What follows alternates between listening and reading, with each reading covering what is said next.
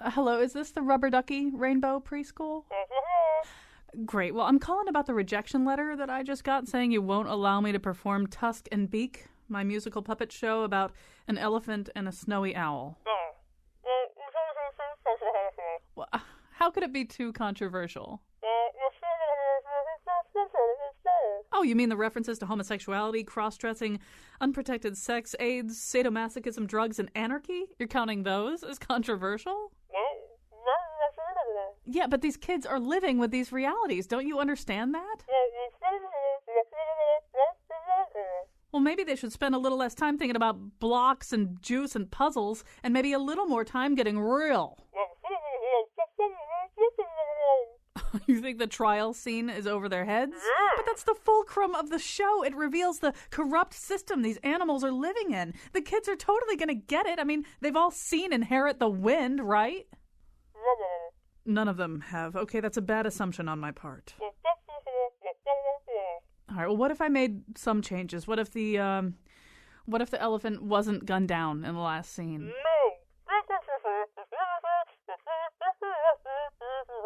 What is it with you people? This is the same backward, overprotective attitude I've encountered in the other 57 preschools I approached. You people are sucking the life out of theater. Today on our Tuesday Tumble, we'll be talking about Trumble's tussle over the musical Rent, about threats to snowy owls and elephants, and about the case of Eddie Perez. And now his opera based on Reservoir Dogs has been banned from all Montessori schools. Colin McEnroe. That's right. It's Tuesday. I've been away for a few days. We're going to use our Monday format here on Tuesday, which is when we sort of come in the morning, figure out what the show is going to be, do it on deadline. Sometimes let the news of the day dictate that. We'll tell you probably the biggest news story that we'll be analyzing here in the first segment in just a second. But looking down the road at the rest of the show, let me quickly tell you, we will be telling you about what's happened at Trumbull High School, where a student production of Rent, the school version of Rent, has been canceled by the principal. And although there are negotiations going on, perhaps even right now, to salvage this. It's kind of turned into a bigger story than I think Trumbull would have expected, kind of a national story. And they're doing what they can to salvage this situation. Also, snowy owls are here in the Northeast in more profusion than ever before, and in places that they are not ordinarily seen. This is wonderful news for birders, except that in New York, the Port Authority is very worried about bird strikes and actually put out a kill order on this fairly rare bird. We'll tell you how that's getting resolved as well. Towards the end of the show, in a kind of a related story, I want to just tell you a story from the past. And so nature and science writer Richard Conniff is going to talk about the thriving ivory trade in Connecticut in the late 19th and early 20th centuries, and how ultimately we got over our own addiction to elephant-based ivory. But we're going to begin with a very different kind of story, and that is the story of former Hartford Mayor Eddie Perez. He got, I guess, good news from an appellate court yesterday. It was decided that to vacate his previous verdict, that he will get two different trials. Now, he was charged with, and this all happened in 2010, based on incidents that happened, I think, around 2006.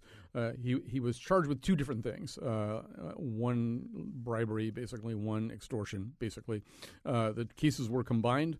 The appellate court yesterday decided that they shouldn't have been combined. And from here, the story will probably get even more complicated. But joining us right now to explain it all, attorney Stephen Seligman. He's an attorney based in Hartford and often helps us out with these things. We're pleased to have him here in studio. So I did my fumbling best to describe what happened yesterday, but I'm sure you can do a much better job kind of setting the stage. What did the appellate court decide yesterday? The appellate court decided what you said it decided, that it said that Mr. Perez, who was the subject of two separate, unrelated charges. One had to do with his receiving of bathroom fixtures, what we know to be the white-collar leitmotif among government officials. Kitchen remodeling. It's either cabinets or hot tubs or toilets and sinks. It was receiving those kinds of favors from a guy named Carlos Costa and then lying about it, allegedly fabricating evidence about it, and then wholly unrelated to that, Mr. Perez was accused of trying to extort money in behalf of the now dear departed Abe Giles relating to the so-called Butt Ugly building in Hartford. One issue in every criminal case is whether people who are accused of separate crimes should have the cases joined for trial. Whether somebody's accused of one murder should also be accused in the same trial of one unrelated kidnapping. And the judge in this case granted the state's motion over the defendant's objection that the cases, the bribery and the extortion, which are separate fact patterns, be consolidated for trial, even though they were separate trials within the trial. The appellate court yesterday rendered a decision vacating former Mayor Perez's conviction, saying that it was fundamentally unfair. It was prejudicial, unduly prejudicial, to Eddie Perez to make him stand trial for these two sets of unrelated charges in the same trial. And though the appellate court said as to each count or each group of charges, there was sufficient evidence to justify his conviction, the joinder or the trying of these cases simultaneously, or at least consecutively, but before the same jury, deprived him of a fundamentally fair trial. And so the relief granted was what's called a vacating of the convictions and a remand, or sending back to the trial court for now not one but two trials, because the bottom line is it's not fair to try these two sets of charges together. Now, he was represented by, and ably, I think, represented by Attorney Hubert Santos. He's having a really good month. He's got a new trial for Michael Skakel, and now he's got two new trials for Eddie Perez. If other than Peyton Manning or the Boston Red Sox, I don't know of anybody who's had a better year than Hubert J. Santos, and he deserves it. And interestingly, in the Skakel case, the presiding judge in the Skakel case was one of the three appellate judges in the decision about Perez yesterday, too. The appellate panel was comprised of the Chief Judge Di Pentima, Judge Douglas Levine, and Judge Tom Bishop, who has since retired from the appellate court and was sitting as a senior judge on the Skakel case. So Mr. Santos and Judge Bishop are BFF, or certainly Judge Bishop, he said jokingly, because he wouldn't do this, is on Attorney Santos's Christmas card list. And Michael Skakel's and Eddie Perez's. One of the things Hubie Santos is kind of famous for doing is really kind of playing a pretty elaborate chess game with motions and continuances, and I mean he's really, really famously good at this. And I'm wondering if you'd be willing to hazard a guess. One of the things that happened in the trial was that Eddie Perez said that he would be willing to testify on his own behalf about one of the two cases, the bribery case, but he didn't want to testify. He would want to invoke the fifth on the extortion case. Looking back at that, do you think that Hubert Santos saw this day coming? That seemed, reading the decision by the appellate court, that seemed to be germane, that seemed to be helpful. The fact that he was put in this odd position, at least in terms of his stated willingness to testify about one thing but take the fifth about the other. They kind of, once again, emphasize the oddness of being on trial for two different cases.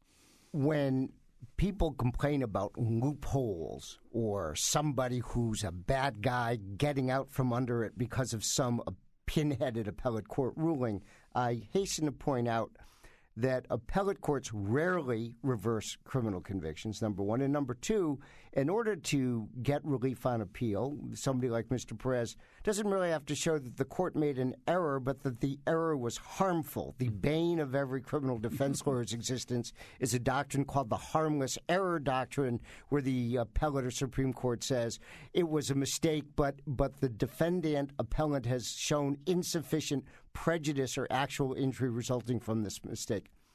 In the Perez case, Hubert Santos and his then colleague, now Judge Hope Seeley, went to great pains meticulously to lay out at the time not merely some sort of abstract injury that Perez would suffer by having these two sets of charges joined, but really it is practical matter what they were. And one of them, one example of actual prejudice was, I would like to testify as to set of charges A, but I don't want to testify as to set of charges B. And if these were separate trials, my choice either to testify or not testify would be unremarkable, would not be conspicuous. But if I take the stand and try to explain away certain statements I made to an investigator on the bribery case, but don't talk at all about the extortion case. I'm invoking my right against self-incrimination, which is normally not something of which the jury should be made aware. So this was not idle speculation by the Santos-Seeley team back then,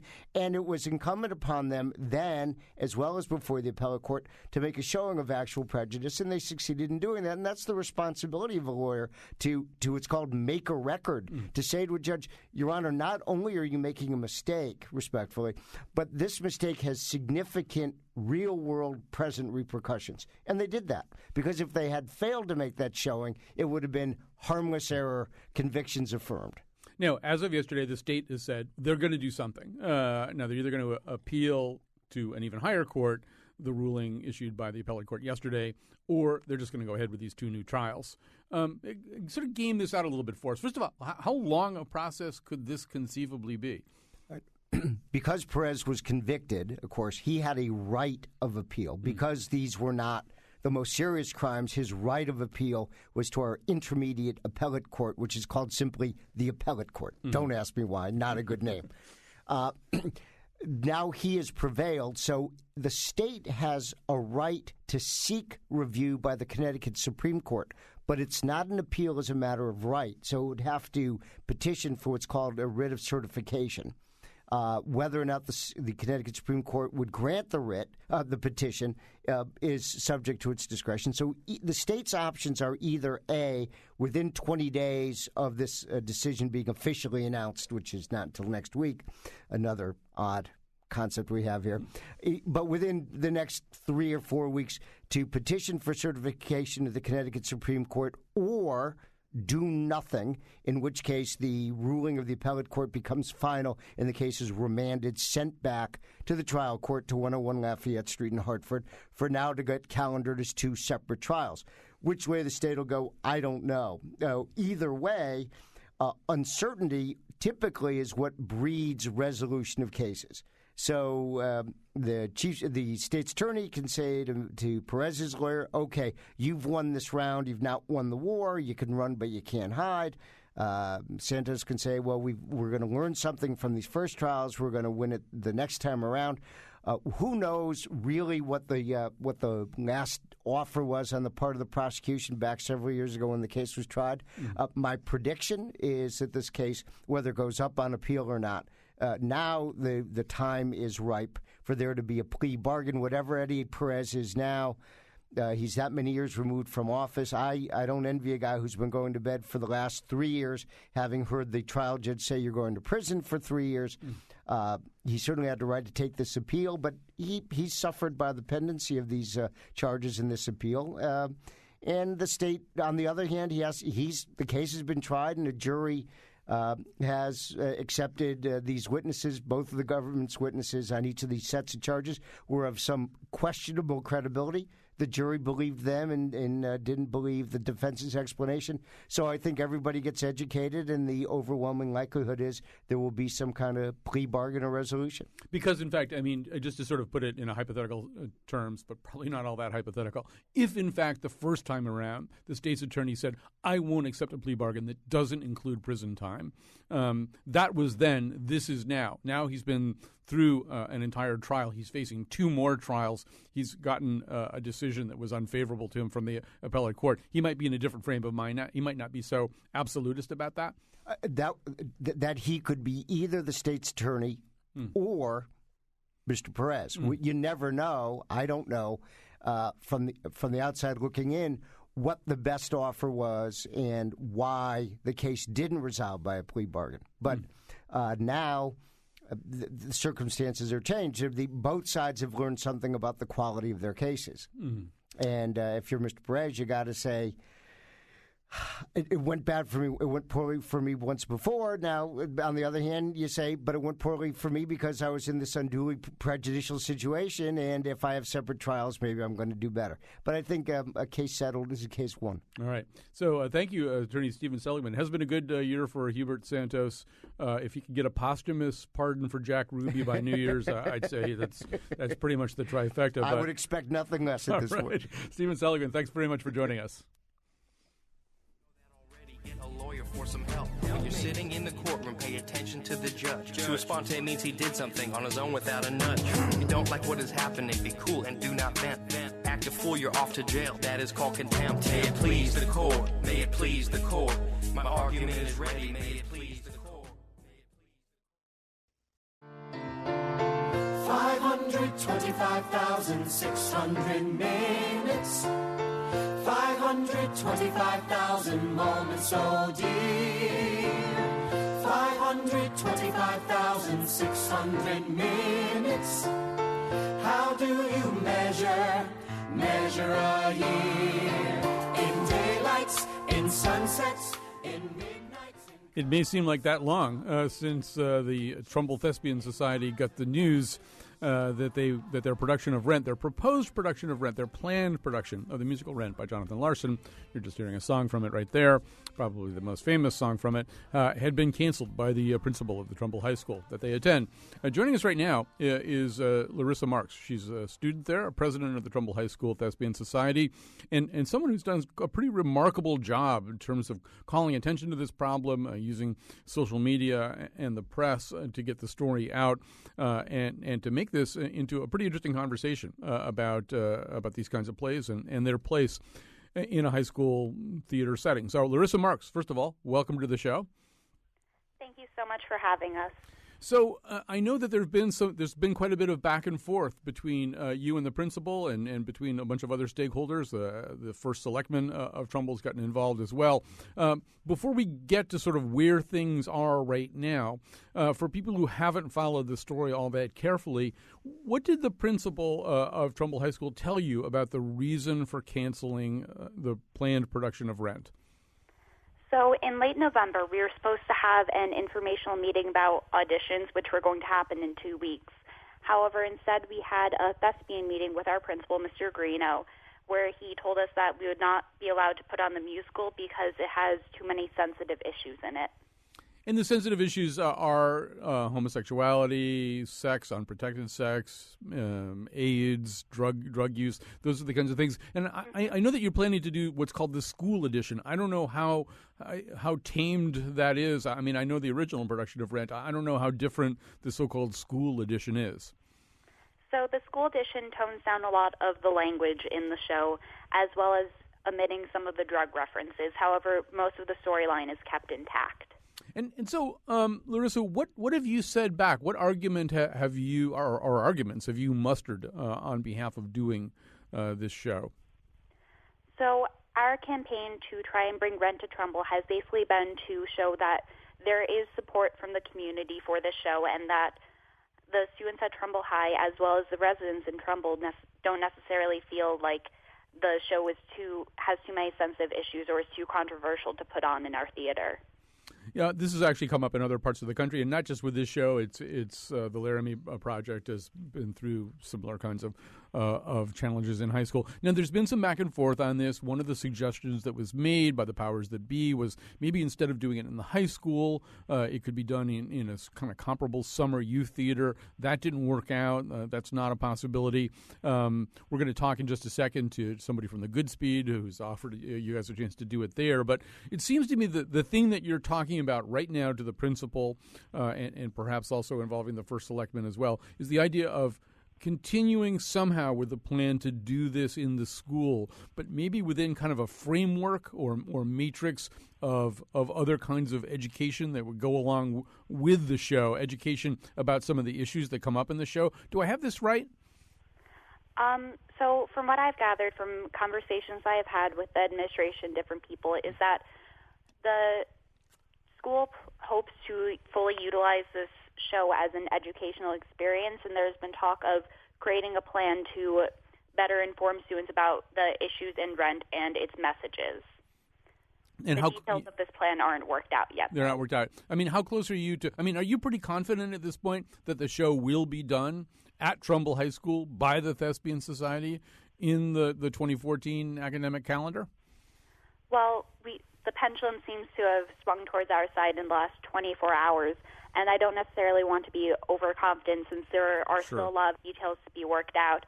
But I am hopeful that through the administration and us and the Thespian Society can work together and come to a conclusion soon. You know, one thing I have to say, you seem like you seem a lot more level-headed than I was when I was in high school. And one of the things that you seem to have done, too, is to keep this from really boiling over into a confrontational issue. You somehow or other, seem to have been able to stay in a conversation with your principal that is a conversation as opposed to a confrontation. Well, I think that's two-sided. I mean, I have nothing against our principal. I think that he is a very nice man, and I am very glad to be working with him. And our dialogue has gone two ways, where I have been able to meet with him. He's been meeting with teachers and other students, and we have all been discussing. So this isn't necessarily a confrontation because both sides don't want it to be. We're working towards a dialogue where we can come to the best conclusion. Did the dialogue that you're having make you think more about the importance of doing a play like Rent, about having the freedom to do a play like Rent, about the role that a play like Rent can have in, whether or not anybody sets up a whole curriculum to go with it, even if that doesn't happen, the role that a play like Rent can have in getting people to think and talk about the issues that are in the script? I think that this has definitely been an opportunity for many people to look closer at Rent the Musical and its messages. I mean, if you look at the script and the storyline, the entire show is about love and acceptance and how you want to define yourself and your life in love. If you look at, you were playing the song Seasons of Love earlier in this show, and it says to measure your life in love. And this is such a good message for us to put forth in our community, that we want to live in a way where we are appreciative of the people in it. And this whole situation has been an opportunity to spread this message. I'm going to add to this conversation Dan McMahon from the Goodspeed Opera House, where he's the marketing director. Whoops, what just happened? Something bad just happened. Well, I think I'm going to be. Oh, that was her. I'm going to add to the conversation Dan McMahon. We'll get Larissa back on the line in just a second. Dan McMahon is Director of Marketing at the Goodspeed Opera House. Now, one thing, that's in East Haddam. I hope I don't have to tell people that, but maybe I do. Dan McMahon, one thing that you suggested, that your institution has suggested doing, is actually letting this particular group do the show there. Do I have that right? Yeah, absolutely. Michael Price made that offer yesterday. We live and breathe musical theater here in the Opera House, and the staff have all been talking about it. And finally, Michael said yesterday, well, you know what? If the students want to do it, we want to encourage any young people to be involved in musical theater. So if they can't do it at their high school, they can come here and do it. I mean, this story has gotten a certain amount of national attention, and Howard Sherman, who at one point for a number of years was general manager down at Goodspeed, has been blogging about it a lot. I mean, my sense is this isn't even just a Trumbull story anymore. It isn't just a Connecticut story. It kind of is one of these stories that the theater world is looking at and maybe thinking a little bit about high schools as an incubator for musical talent, for the kind of people who will be in musicals, and for the kind of people who, as audiences, will learn to appreciate musicals. True? Oh, absolutely true. I mean, what's so encouraging to us these days is that musical theater is becoming cool again, that high school students are into musical theater. They go to musicals, they like musicals, they're singing the songs, and we haven't seen this in a generation or two. And so it's just a great thing. So anything we can do to encourage that, whether it's putting on the show or things like the high school musical awards and things like that, any of that kind of thing, all they do is encourage more and more young people to get involved. How would you have been able to do this? I mean, the Goodspeed isn't dark that much. You've got a bunch of new play readings coming up in January, and then pretty soon after that, you're getting ready for your 3-play season down there. How could you have put Rent on? Well, what we kind of figured is that it was a spring play, and we opened the season April 11th. So if it could be done before then, we would load in the show our show at the last minute and let Rent go on before that. If Rent wasn't ready by the time we had to start our performances, we had two options. One, do it at the Norma Terrace Theater in Chester, because that would be dark until May, or do it on the set of our show. We could, and do it as a concert version. Somehow we'd make the show happen. Larissa Marks, I think I knocked you off the line before, but you're back. So this is obviously a very generous offer by an incredibly prestigious regional theater. But I gather that it's sort of, you really do want to do this in Trumbull, right? I have to say we have been so honored to be contacted by Good Seat and other theaters around us, and it really says something about the theater community and how strong we are together and how important Rent is to so many of us. However, as the Trumbull High Theater Department, our first commitment does have to be to our own school since we are still trying to build our program. And you know what? I think all of us, even all of the theaters and the theater community, would encourage that. That's where the show belongs, is at your school, at the high school, for the local community to do it. And so we hope that's what will happen, but we want to make sure the show goes on no matter what. All right. Well, at least maybe Larissa can get a couple of tickets to damn Yankees or something out of this. I'm sure we can arrange that. It may be a job. Yeah. You sound very well poised. All right. Listen, Dan McMahon, thanks so much for joining us. Really appreciate it. And thanks for talking about theater, Colin. All right. Well, as you know, it's sort of in my blood. Also, part of this conversation is Howard Sherman. I just mentioned him before. He's been head of the American Theater Wing most recently, but years ago he was general manager down at the Goodspeed, also director at the Eugene O'Neill. He's a big mocker in the world of theater. I can't list all of Howard's accomplishments in this amount of time. But you've also gotten really involved, Howard, in this. You've written, I think, at least 3 times on your much-read blog about theater. How did this become so important to you? Well, I've written 4 times about Trumbull. The reason it's become important to me is because I keep finding out how often this happens around the country, and that this is not an issue that is unique to Trumbull. However, in communities, they always think it's just them. And what's important is that people who believe in the freedom of expression and of the value of letting students be challenged by challenging work, that they understand there's a larger world out there that wants to support them and wants to help them. And if indeed things go the way we're hearing they are in Trumbull, then we're proving that good, rational, reasonable conversation, superbly organized by the students themselves, can really make a difference. Is there any sense in which also this particular dialogue is helpful? In other words, we don't want to have a situation where theater and artistic expression is quashed. On the other hand, the fact that there has sort of been a back and forth and a push and pull, and especially if there's this presumable good resolution to this, Howard, it is a nice occasion anyway to talk about why theater is important. Why is it important to do one play instead of another? Well, I think the idea of good open dialogue is great. I think ultimately, though, to get the results, this has also been a bit of brinksmanship. It had to become public. It had to become larger than just an issue within the school. The net result will be that conversation, but I think that conversation will ensue after, hopefully, the school recommits to allowing Rent to go forward. Because it wasn't all open conversation. It was an edict that was handed down 2 weeks ago. It was reinforced last week at the Board of Education. There have been some unfortunate things said about a veteran teacher who was doing exactly what she has done in the past in relation to this show. But yes, theater is important, and theater can teach and learn, but, not in the sense of now we're going to sit you down and teach you something, but in the sense that it can impart messages that are of value. And one of the things I think you said in one of your more recent posts about this was that a few things, that you'd like to see a few things of this nature said in the course of working out the compromise, that some affirmation should be made of this teacher who, as you're saying, sort of followed the procedure she'd always followed, but then got treated as though she had done something wrong, that the principal, who, as Larissa says, is a really nice guy, but he's basically issued, I think, 2 statements now canceling this production, that if it's going to be reinstated, you'd kind of like to see something said. What would you like to see said?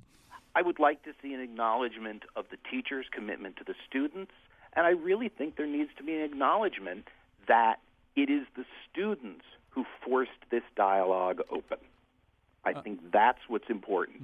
This is not about the principal, the Board of Education, or the superintendent suddenly saying, well, we should think about this more. This is about students taking, an absolute directive that the show was canceled and making it possible for the dialogue to happen. They are due the credit. The teacher, who professionally has to be quiet and uninvolved in these efforts, is due credit, as are, frankly, the parents in Trumbull. What's been so remarkable, and I've read pretty much every comment on every Facebook post imaginable, is there's nobody saying don't do rent. That's only emanating from administration.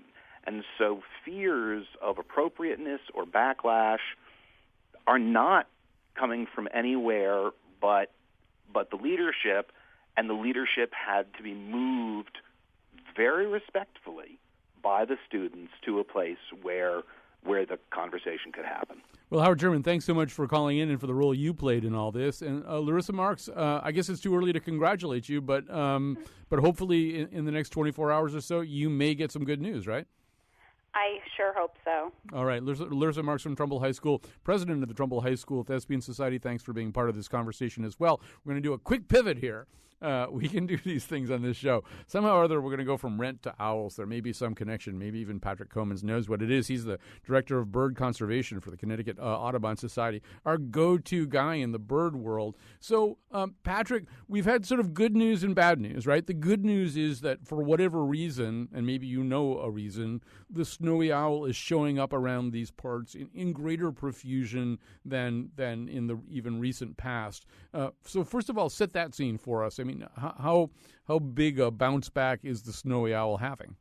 Sure, Colin. We're getting unusually high numbers of snowy owls throughout the entire Northeast this winter. And these birds, they nest in the Arctic, and normally they can even overwinter up inside the Arctic Circle. But some years, and we don't know the exact reasons in each given year, but due to cycles in lemming populations and other prey like ptarmigan, combined with, especially when you have a decline in those prey base following a very successful nesting year, the snowy owls will come south in large numbers in search of food. So we're seeing them in New York, we're seeing them in New England, you're seeing them here in Connecticut, right? Yes, there have been several reports in Connecticut, including one that was sitting alongside Route 9 in Essex, right on a light post. And they've been seen as far south as North Carolina, and even one on Bermuda, which is amazing. So that's exciting news for birders, and we all know people who, or at least I know people who are especially entranced by the snowy owl. It seems like a very special bird, and people have a special relation to it. And of course, it was also Harry Potter's bird as well. But the problem is that, or a problem has been in New York, the Port Authority reacted with alarm. They're worried about bird strikes. They're probably more conscious of bird strikes than ever before, ever since 2009, the famous Sully Sullivan crash into the Hudson River seemed to involve a goose strike in some way. So their reaction to the snowy owl was to put out basically a death warrant on it, right? Yes, and it's understandable that we obviously want to see people kept safe as well. But there are other ways to deal with it. Boston's Logan Airport has been successfully dealing with snowy owls for many years by trapping and relocating them to other open spaces that they can hunt safely. So Audubon had sort of put the Port Authority's feet to the fire, Audubon, New York, and they had sent letters to the Port Authority and sent out grassroots alerts to get people to contact them and express their displeasure about it. And we just learned that they're going to take alternate approaches. They're going to live trap the owls. And just to sort of reemphasize what you just said, though, in Massachusetts, the Audubon Society kind of took the lead on this, right? They started a program of trapping and releasing the owls. Yes, Massachusetts Audubon Society has been a great innovator in this approach, and we're glad that that their techniques are being exported to New York City. And that's one of the great things about working for a national conservation organization like this. Well, I can focus on issues in Connecticut. I have very capable colleagues in New York and partners in places like Massachusetts. And whenever we need help with issues, if I need to supply grassroots to them, I can get people to write letters. And likewise, if we have an issue in Connecticut, we can get people in other states to write letters.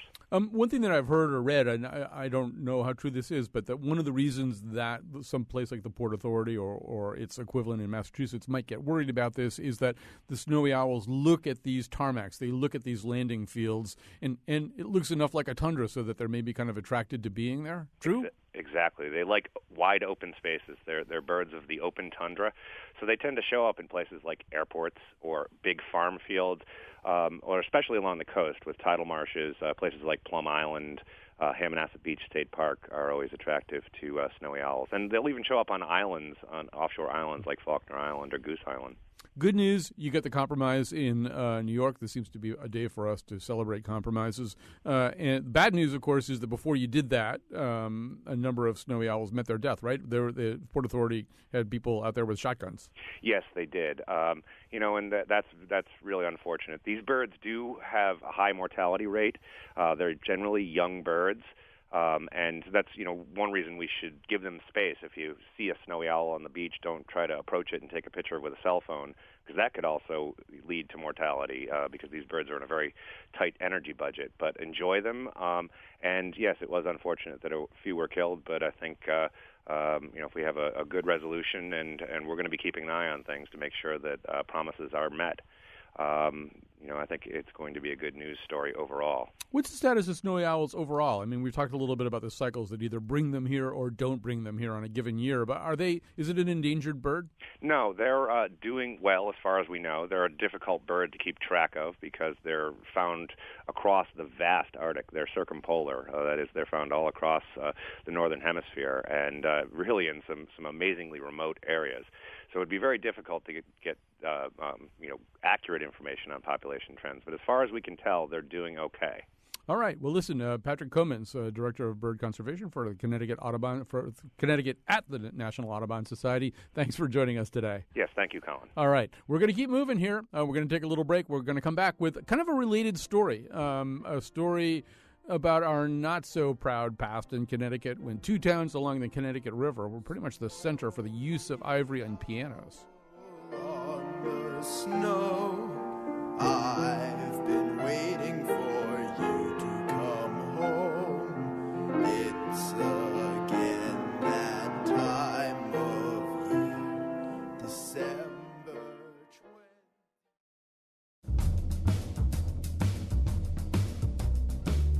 20. If we can't do edgy musicals like Rent, what's left? Are we going to wind up with Carrie Underwood starring in Sound of Music on live TV or something? What's that? I'm sorry, apparently that's already happened. Today's show was produced by Betsy Kaplan and me. Greg Hill tweets for us at WNPR Colin. The part of Bill Curry was played by Tay Diggs. For photos, links, articles, and videos of the Faith Middleton Show staff performing Take Me or Leave Me from Rent, visit our great website, WNPR.org. On tomorrow's show, the benefits of singing with other people. And now, back to Colin. Yeah, just to quickly flesh that out for 2 seconds. All over Connecticut, first of all, we're in the heart of Handel's Messiah season. But people belong to choirs, church choirs and things like that, and chorales, choral groups, stuff like that. And there are a lot of benefits to that. You're going to hear stories tomorrow about how people get over tragedies in their lives or connect to communities in a way that they never have before. But you're also going to hear some cutting-edge neuroscience on this, too, on sort of what actually happens to people when they sing and when they sing with other people. So, and we hope you'll call in with your stories, too, stories about what singing with other people has done for you. Right now, we're continuing with our show that's sort of stitched together from a whole bunch of different topics. We thought it was kind of a nice segue, though, from snowy owls to elephants. So Richard Conniff, one of our favorite writers about nature and science, is the author of Species Seekers, Heroes, Fools, and the Mad Pursuit of Life on Earth. We came across an article he did in an online publication called Take Part about the past of two towns along the Connecticut River, down where Richard used to live. Welcome back to our show, Richard Conniff. Hey, nice to be here, Colin. So you were sort of sharing with your readers the stories of Deep River and Ivoryton. Ivoryton's past, perhaps less of a mystery than Deep River's, but it was two big piano companies there that were using a lot of ivory during, the late 19th century, early 20th? Yeah, that's right. So I moved to Deep River, and I was traveling, writing about wildlife, and then this story sort of came knocking at my door. The river landing below my house used to be an unloading point for ivory, and the factory at the other end of the street belonged to Pratt Reed and Company, which was one of the two piano keyboard companies that dominated the ivory trade in North and South America. The other one was Comstock Cheney in Ivoryton. Now, I want to come back to them and tell a little bit of that history, but one of the reasons for writing about it and talking about it now is not simply because it's historically interesting, but because there is an ivory trade today. There's an ivory market today. It just doesn't happen to be where it used to be. It's in China now, right? That's right, and it's a huge trade. And while the trade from the Connecticut River Valley was pretty destructive, this trade is leading to the extinction of elephants in the wild in Africa within the next 12 or 14 years. There are 35,000 elephants being killed every year. That's 96 a day.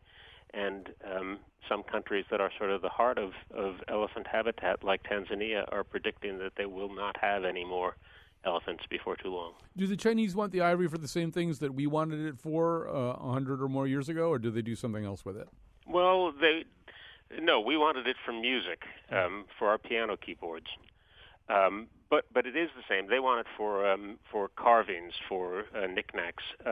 But it is the same in the sense that both were about social status. Mm-hmm. For them, it's having the new money to be able to show that you can buy something as rare and expensive as ivory and have it beautifully carved. For us, it was being able to have the piano in the Victorian parlor, where it was kind of a symbol of having risen above the middling sort of folk. And, the idea that your children, particularly your daughters, could play the piano and the family could gather around the piano sort of became a symbol of domestic happiness. So let's talk a little bit about that history now then. As you say, it's sort of the story of an emergent class and what one of the real symbols of that emergent class was. And how... Can you give us sort of a sense of the size of the operations in Deep River and Ivoryton? Yeah, well, so that's what caught my eye the first time. I saw this postcard, an old postcard from early in the 20th century that showed a very early truck, more like a cart almost, and a bunch of tusks standing up in the back, and the caption was $9,000 worth of ivory in Deep River, Connecticut, something like that. And so they were hauling.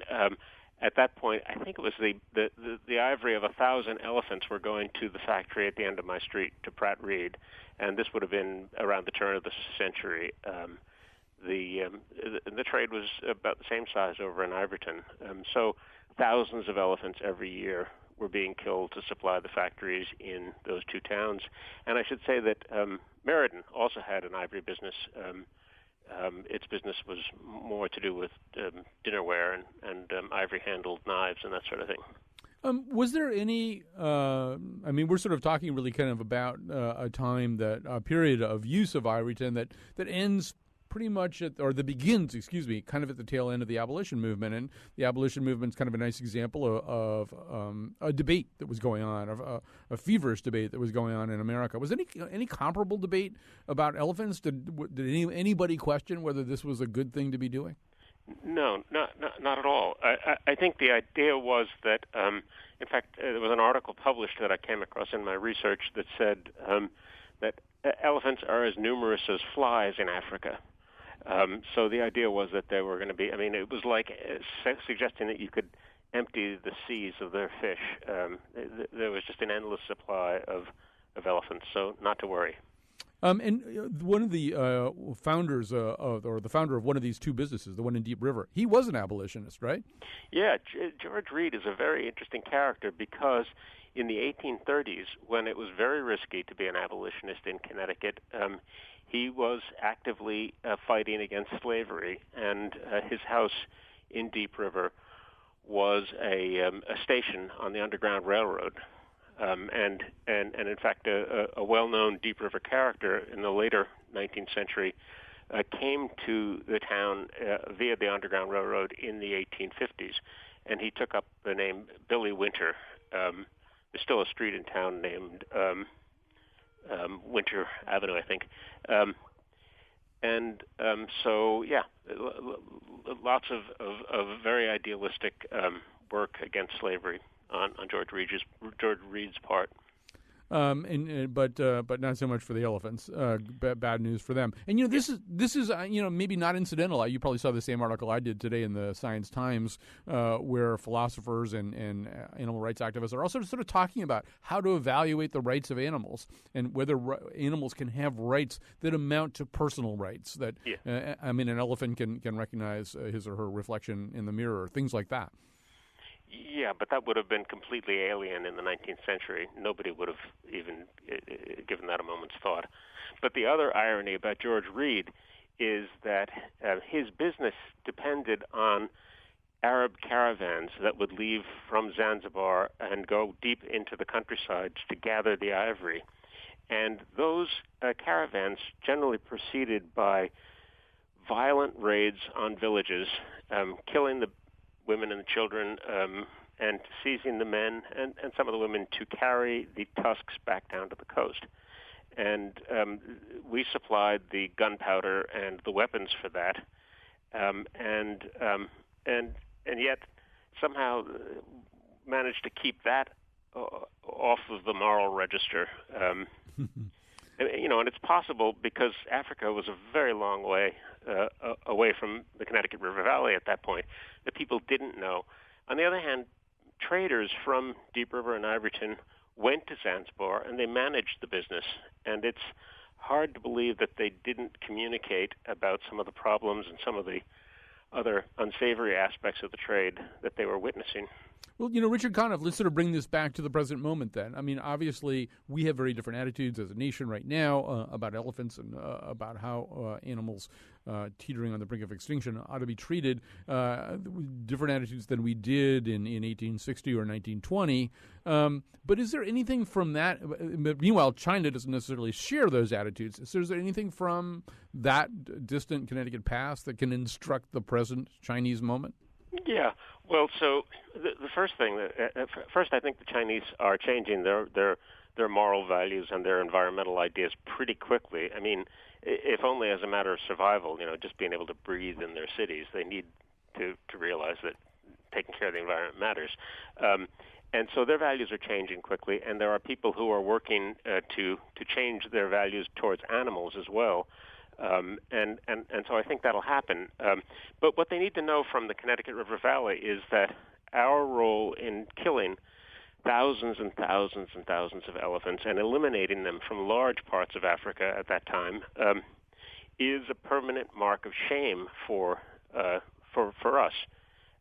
And it will be an even larger mark of shame for China if it doesn't merely allow the killing of 35,000 elephants a year or encourage it or pay for it, but if it causes the extinction of the species, if it causes one of the most beloved land animals on Earth to vanish from the wild forever, that will be a lasting disgrace. And on the other hand, if they see the opportunity to save elephants, then they'll be able to get that one thing that great nations all seek, which is the admiration of the world.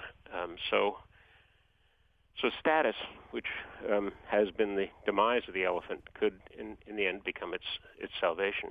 All right, we can only hope. Richard Conniff, so great to talk to you again. It's good to talk to you too, Colin. All right, take care. That's Richard Conniff. He is a writer about science and wildlife, author of Species Seekers, Heroes, Fools, and the Mad Pursuit of Life on Earth.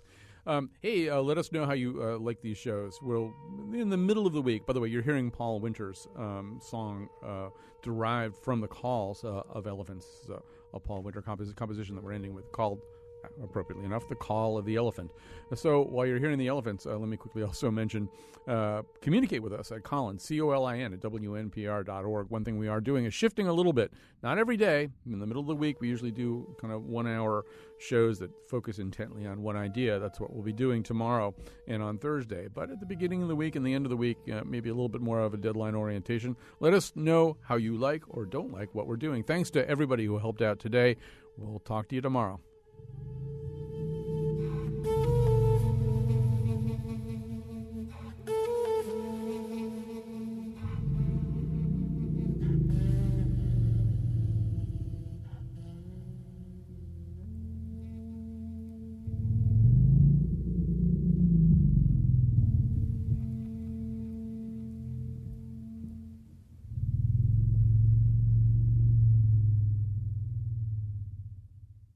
I'm Kyone Wolf, officially offering my apartment for the young thespians in Trumbull to perform Rent without the fear of... Sorry. Thespians.